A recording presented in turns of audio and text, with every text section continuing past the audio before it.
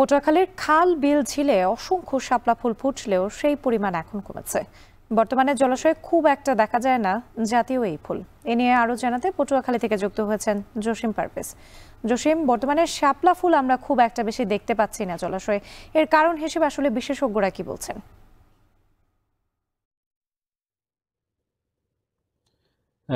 আসলে রূপসী বাংলার একটি গ্রামীণ ঐতিহ্য রয়েছে, সেটি হচ্ছে বিল ঝিল সবগুলোই শাপলা ফুলে পরিপূর্ণ।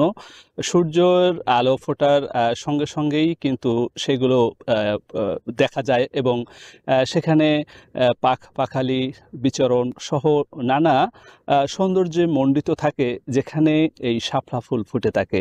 আপনাকে আরও জানিয়ে রাখি যে শাপলা ফুলের পরিচ্ছন্ন জীবনচক্র এবং দৃষ্টিনন্দন এবং সৌন্দর্যের কারণেই এবং ঔষধি গুণাবলী রয়েছে, সে কারণেই কিন্তু এই ফুলকে জাতীয় ফুল হিসেবে অন্তর্ভুক্ত করেন বিশেষজ্ঞরা। তো এক কথা বলা যায় যে এই শাপলা ফুল এখন জলবায়ু পরিবর্তনের যে প্রভাব পড়েছে, সে প্রভাবের কারণেই কিন্তু বিলে ঝিলে পানি সংকট থাকা এবং নোনা পানির আধিক্যতা বাড়ায়।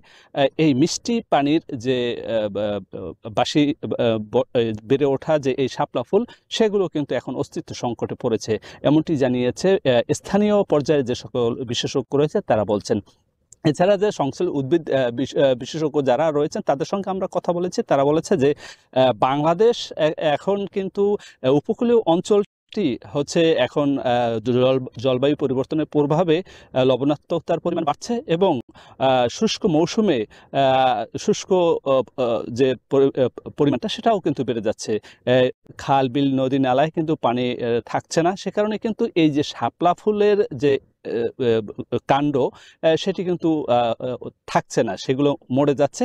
একই সঙ্গে যে নির্বিচারে কৃষকরা কীটনাশক এবং অন্যান্য যে জৈব বা কীটনাশক পদার্থ ব্যবহার করে, সে কারণেই কিন্তু এই শাপলার যে মূল কাণ্ড সেগুলো মরে যাচ্ছে এবং অতি খরার কারণেও সেগুলো মরে যাওয়ার ফলে এই শাপলা বিলগুলো এখন কিন্তু শাপলা সংকটে পড়েছে।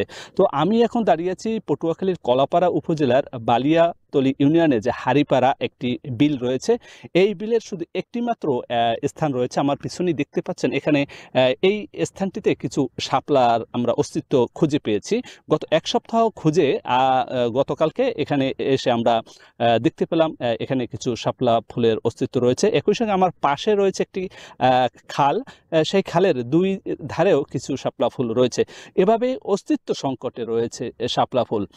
তো গ্রামীণ যে সকল মানুষ রয়েছে তারা বলছে যে এটি কিন্তু গ্রামীণ অর্থনীতিতেও একটা ভূমিকা রাখছে, কেননা এই শাপলা একটি পুষ্টি সমৃদ্ধ খাবার হিসেবে কৃষক পরিবাররা খেয়ে থাকেন এবং সেটি বাজারে বেচা বিক্রি করে অনেকে জীবিকা নির্বাহ করছে।